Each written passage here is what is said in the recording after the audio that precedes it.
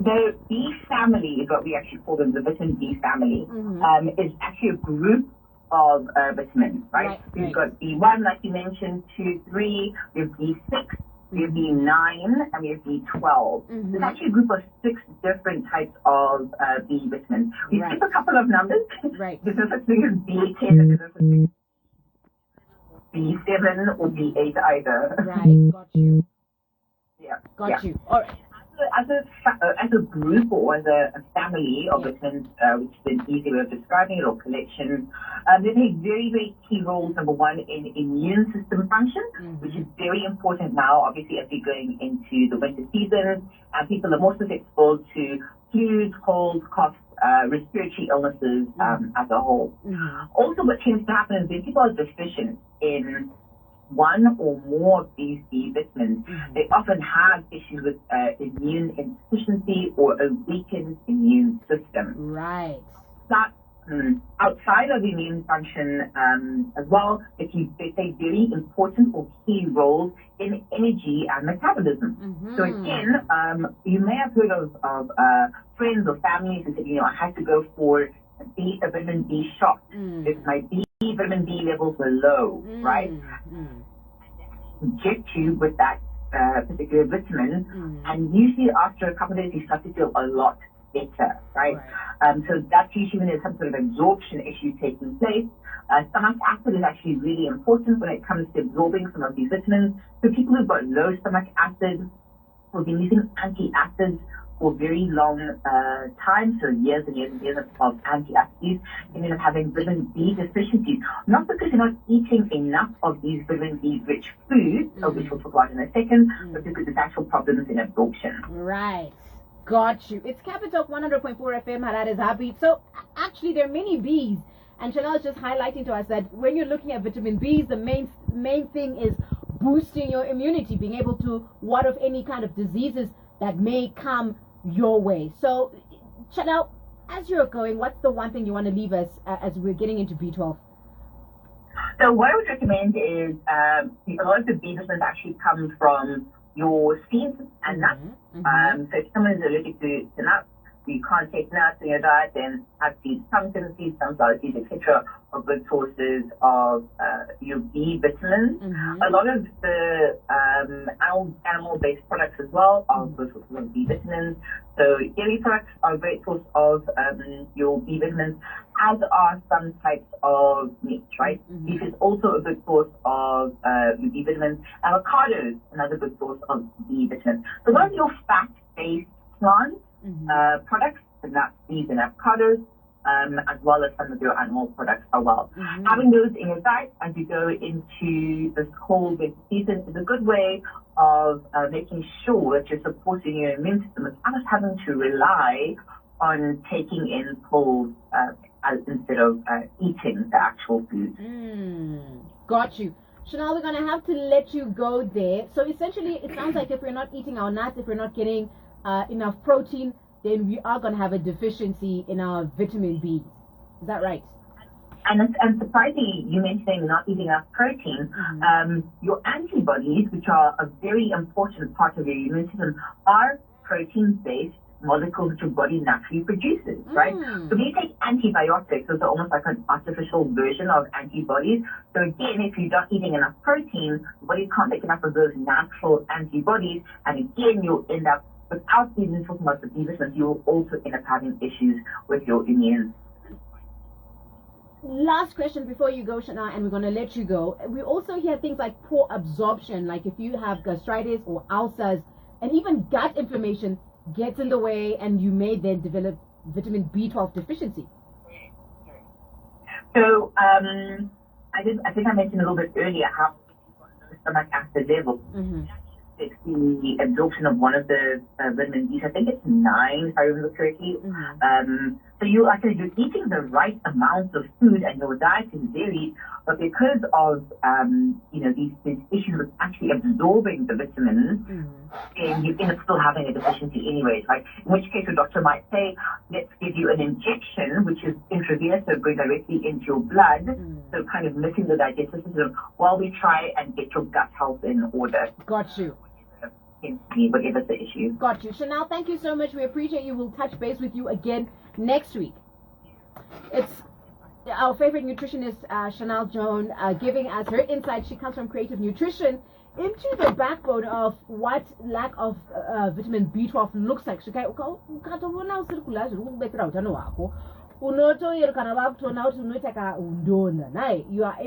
are not as healthy as you'd like.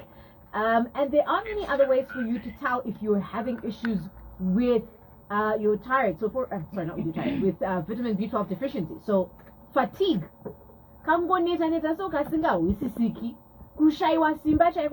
Weakness. Maybe you have like a certain numbness. Memory loss.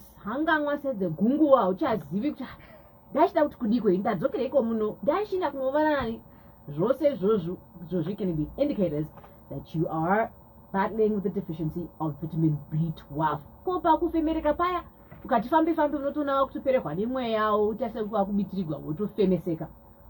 And also, if you're a woman, infertility or menstrual irregularities are all clues that you might be lacking in vitamin B12. Now, Taku also comes through. He's our favorite wellness executive, and he also helps us, improve the quality of our life. Do we just call them nzungu generally in Shana? Because pachirungu manatsi zvinosiyana siyana. Tomboziti nzungu nekusaziva kuti zvofamba sei handiti. Ataura iye kuti ukasala nzungu nenyama yakawanda, you're less likely to have your good protein intake, which is good for vitamin B12. But vanhu vazhinji muno muZimbabwe nyama ka atitoidi every day. Tinola pano na papa. Ukaila every day, that's good for you. But for many people, meat may not necessarily be high up on that diet. Morning. Good morning, Folake. Thank you for having me.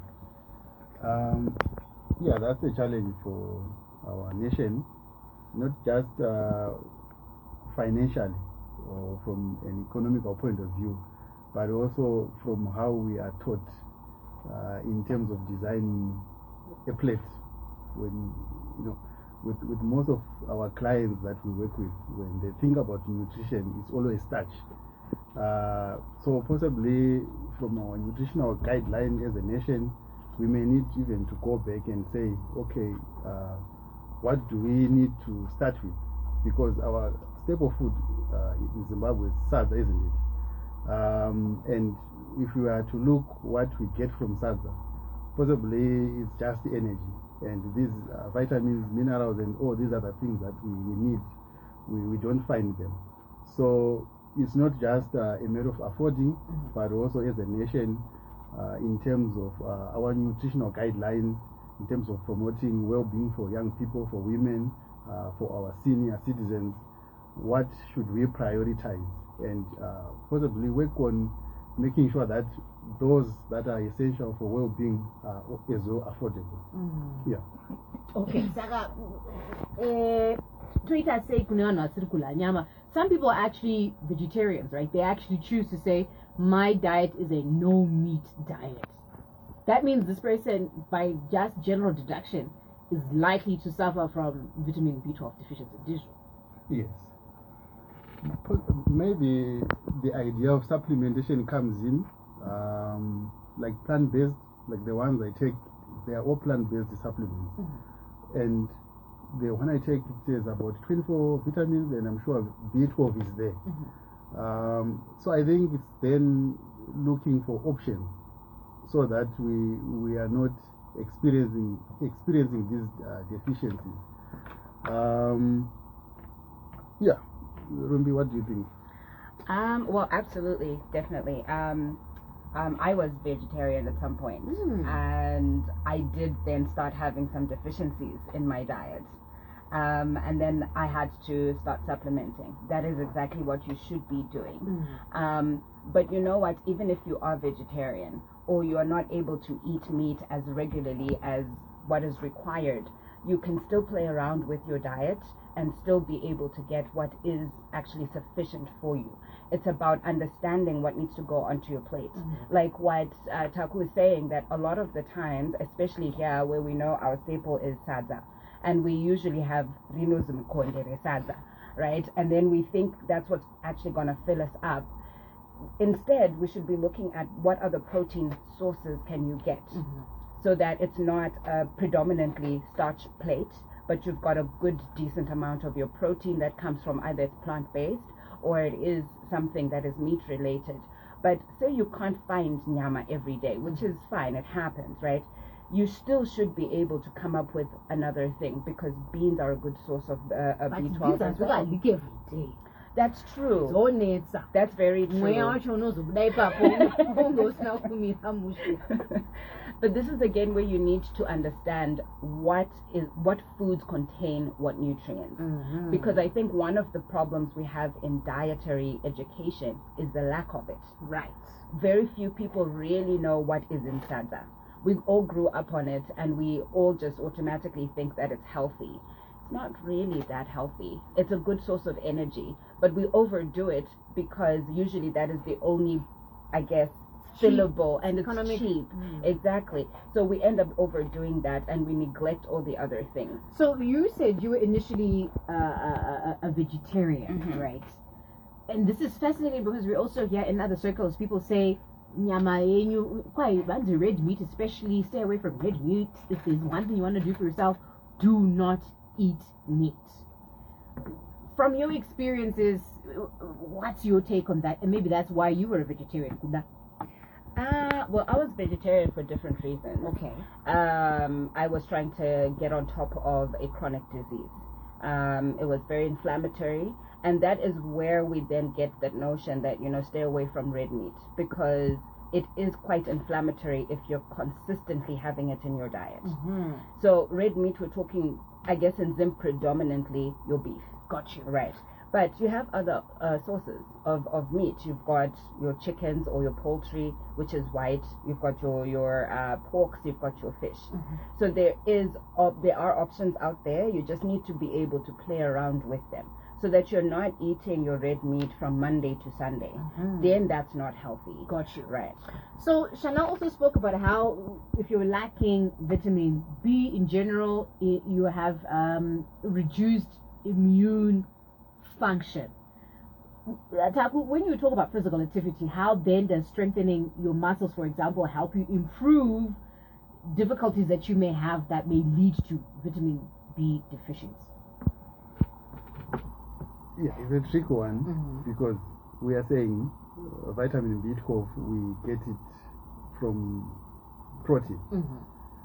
And now you remember, when we are exercising, we are destroying our muscle tissues. We are literally damaging our muscle tissues. And for us to be stronger, grow our muscle mass, these muscle tissues, they need to be repaired. And when we think about muscle, repairing our muscle tissues, the first thing that comes to mind is protein again. So, for example, if you are exercising, I was there also. If you are exercising and your protein intake is very low, then you are in danger. Ndambo ita time yokuti ndaifila more kwangu ndikubayiwa nemtsoka umo, like someone who is becoming diabetic, only to do my own study and realize no, I'm lacking vitamin B12. So it will be a very dangerous move to exercise and then you lack protein. And we are saying from protein, that's where you get vitamin B12 in most cases. So exercising, that's why again we have to understand that exercising is not everything. It's not everything. There are other aspects about our well-being, about the performance of the human body that we should also get corrected. So when we're talking about your immune system being weakened, those are the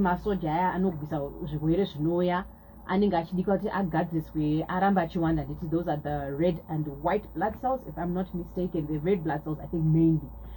Does physical activity, exercise for example, have anything to do with the production of new cells? Yes, I can answer that in like two parts. The first one is, remember, the vitamin B12 is helping our red blood cells to transport oxygen to almost every part of the human body. Right. So when we are exercising, remember, we are also improving our cardiovascular system. That means that the efficiency of nutrients, oxygen to almost every cell, brain, organ of the body is also efficient, because our VO2 max, remember we talked about VO2 max, or oxygen capacity. So the delivery becomes efficient simply because our cardiovascular system, we have improved it. Then the other part is when we are exercising, I always say it's not just about looking big or looking nice, the aesthetic part. There are other things that are also happening as we are destroying these muscle tissues. We are going out of breath.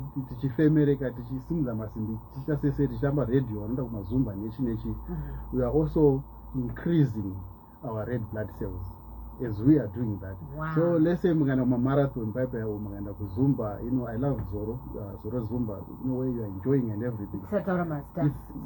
Okay, it's not just the excitement. Inside there's also something that is happening, and that is the increase or multiplication of these red blood cells. This is interesting because when we've thought about exercise, it's always been about improving how you look. That's most of us when we think about exercise. You can call it whatever you want to call it. Dancing arms is something that is treacherous for us as women. Cellulite. Very few do we think, let me exercise so I can improve my multiplication of red blood cells that will actually help me fight diseases. Yes, and that is why it is important especially for seniors. Because when we talk about red blood cells, we are literally talking about life. It's a matter of life and death. So, and vitamin B12 deficiency, it's loss of energy, actually. So imagine if that is happening for you and you're above the age of 60. And you can also imagine if the opposite of that is true, if you're above the age of 60, where you are literally increasing these red blood cells, you are literally adding life to your years. So we're talking about vitamin B12, something that you might not even know that you have a deficiency of. It's essential in making red blood cells, and red blood cells will actually then carry oxygen throughout your body to also feed your organs and your tissues that are keeping you alive. So if you find yourself that you are low on B12, your body is not producing enough red blood cells. That means there's not enough oxygen getting around, and guess what? That fatigue, you feeling not yourself, might very well be that you're lacking vitamin B12. But here's the thing, it's not just about energy. It's also playing a role in your nervous system. We hear DNA production. Your overall brain function. Now, Ruby, I want to throw this one at you because sleep is directly connected to your brain, your nervous system. Talk to us about B12 and how it's connecting to your brain function. Right. So this one is actually quite fascinating because when it comes to B12, it is pretty much in charge of creating neurotransmitters. And neurotransmitters are basically chemicals that are used to transmit, basically, messengers, right? And so if your neurotransmitters are not working, you are basically not going to function as well as you should. So in line with specifically what I do, for example, because I focus on sleep, one of the neurotransmitters that is essential to the process of sleep is called serotonin. And serotonin is some of the literature will say that it's also a hormone, so it tinkers between neurotransmitter and hormone. So in the morning, this is what increases and you feel happy. So it's almost like your happy hormone in the morning. But what's fascinating about serotonin in particular is that it is the precursor or the catalyst for melatonin to happen. And I'll explain a bit more about what melatonin is. Right. So serotonin cannot be produced without adequate B12 reserves. This is why then, if somebody does not have enough B12, they are depressed, or at least they are more susceptible to depression. And like we've been talking about the energy and everything, energy is not just about how you're feeling like body-wise, it's also how your brain is feeling in terms of, are you happy? So if your serotonin is affected because your B12 is low, you're likely going to experience depression, at the very least sad bouts. You're going to be very fatigued, like we've said, and you're going to be unhappy in general. It's so interesting because when we think about happiness, right, we've labeled it more as a feeling. Yes. Atinambozvifunga kuti kune machemical ari mukati medu ari kutogadzira iwo kuona kuti kana asi happiness level iri pachi. And if you're not eating while you're saying, you're also impacting your happiness chemicals. Absolutely. And what's also really cool is that serotonin naturally starts to rise in the morning as soon as you wake up, rather as soon as the sun goes up. So it's supposed to be a natural process to wake you up and make you feel good about the day. But if your B12 is low, you're going to hate the world when you wake up. So a lot of people, one of the symptoms that we're talking about that we didn't mention is grumpiness. So if you're waking up in the morning and you're like, oh, I have to do this, or I have to get out of bed, or that feeling could be a good indicator that maybe your B12 levels are actually quite low. Wow. Yeah. In terms of, is it the B12 we're thinking about in terms of the sleep? Is it just the serotonin? Connect those dots for us. Yeah. So because it's a system, right, we can't do away with the other. Everything is interlinked. So with your B12, if your B12 is all right, that means your serotonin is all right. If your serotonin is all right, it means your sleep is going to be better, simply because serotonin is the catalyst, or like the bedrock of melatonin. Melatonin is our sleep hormone. It's the hormone that pretty much dictates when you're going to fall asleep and how well you're going to fall asleep. So our body runs on something called the circadian rhythm. The circadian rhythm basically tells your whole body what to do and when to do it. So we're not just talking about sleep, because usually when we're talking about circadian rhythms, most people just say, okay, we're talking about sleep. Circadian rhythm goes right across the board. It's your whole body. So your B12 in this case sort of helps to trigger certain things. So in this case, your serotonin. Serotonin gets released in the morning, which is what you want. You need a good dose of that serotonin in the morning. It'll help you run throughout the day, so that when the sun is about to set, your body now is being told, you know what, it's time that we start winding down. And when your body takes the cue from the sun that it's going down, melatonin starts to be produced. But if your serotonin in the morning was not produced adequately, you're not going to produce enough melatonin in the evening. So that means you're going to have horrible, horrible sleep. So a lot of people think that good sleep means 8 hours. The truth is, yes, we highly advise that you must sleep at least 7 to 8 hours. It's not true for everybody, but I will have to say this. Anyone who's sleeping 6 hours and below, you're not doing any good for yourself at all. Even if you think you're high functioning, bad idea. But the number that we give, the 7 to 8 hours, is just a basic guideline, because that's what scientists have done a lot of work to figure out what is the optimum time for your body to go through the plethora of different processes that you need to go through while you're asleep. Right. Now, if you mess around with your melatonin, because in this case you've probably messed around with your serotonin because you haven't been eating enough meat or B12 containing foods, your quality of sleep is going to be affected horribly. So this is now where people are starting to experience insomnia.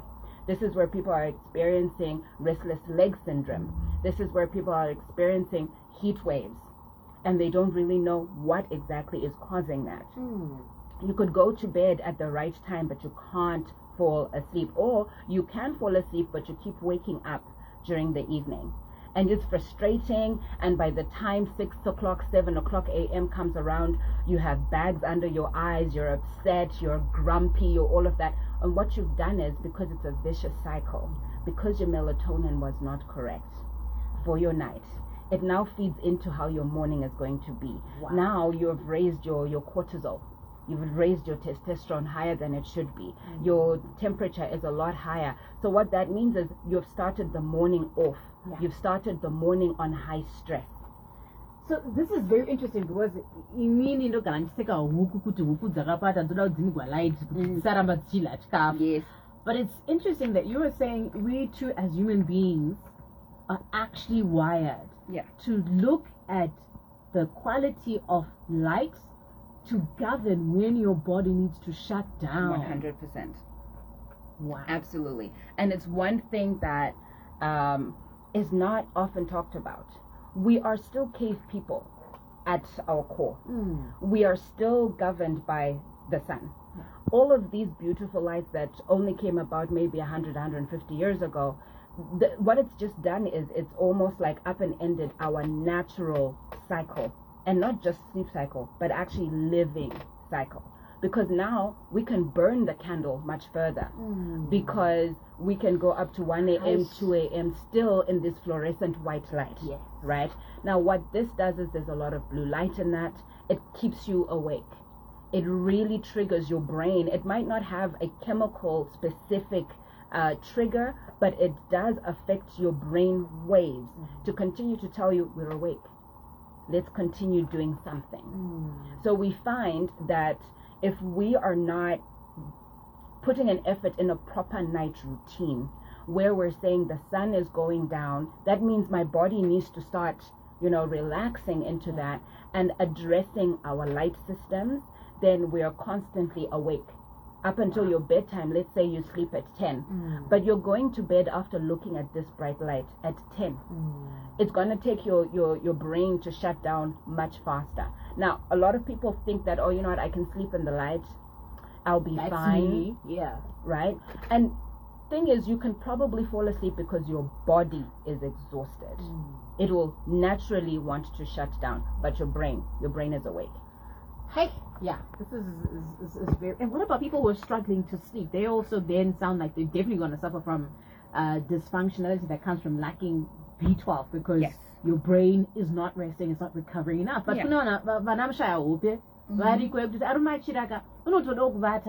but adzibati hope idzodzo akafunga kumsha kuda kuri kwakachirugu akaenda kurent mwana akazodai pfungwa dzake hadzisi kumupa sororo. Yeah.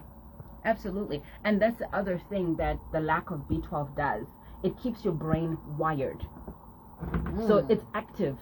It's alive. It wants to think. So that's where I term it the monkey brain, because it's coming in and all these different thoughts are coming in at the wrong time. Why are we thinking about school fees at 12 midnight? There's absolutely nothing you can do about it at that moment, right? But your brain is constantly awake because of the lack of B12. So the idea, and I always say this in my practice, Kuti, sleep is not about just the aspects of sleep, kunorara kana to like what your bedroom looks like. Yes, it absolutely involves that, but it's not the only thing. Actually, sleep is very, very holistic, which is why even in my practice, I don't just address the actual symptom, I address all these other things. So I'm looking at your diet. Right. I am asking you, so what do you eat on a daily basis? Because food has an impact on your 100% serotonin and your melatonin yes, as well. Absolutely. There are foods that you can supplement your diet with that already naturally contain your melatonin. So if you know what those are and you're realizing, you know what, I've got bad sleep, then you can start potentially including those foods in your diet. This is very fascinating. As you're listening in, you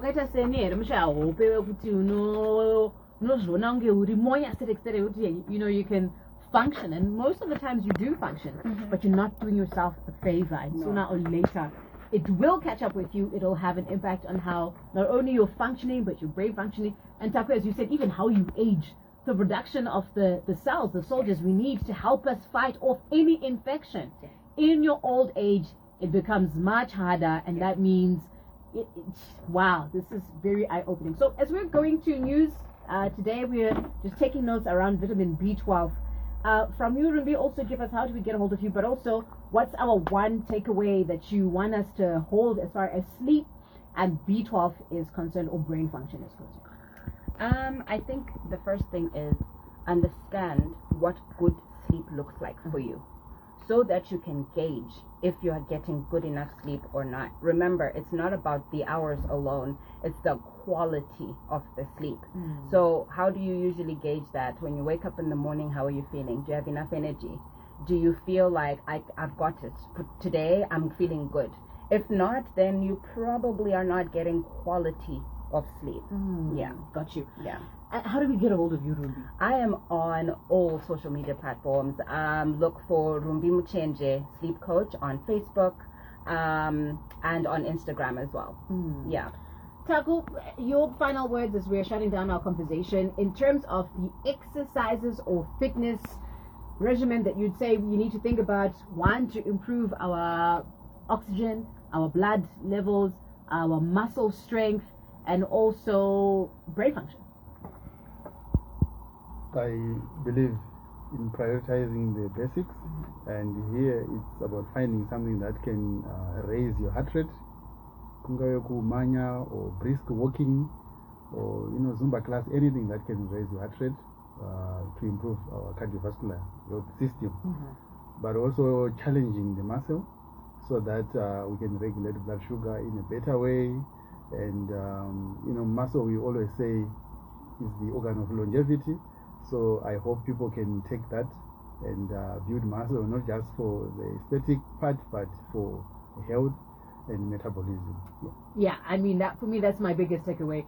We're not just exercising to look good, but part of feeling good is directly connected to the production of our red blood cells and also the oxygen uptake of our organs and our tissue.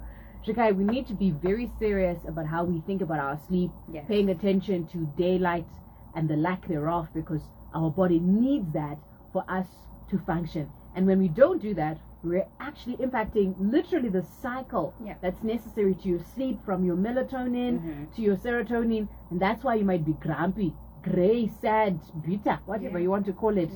It might just be because you are not sleeping enough.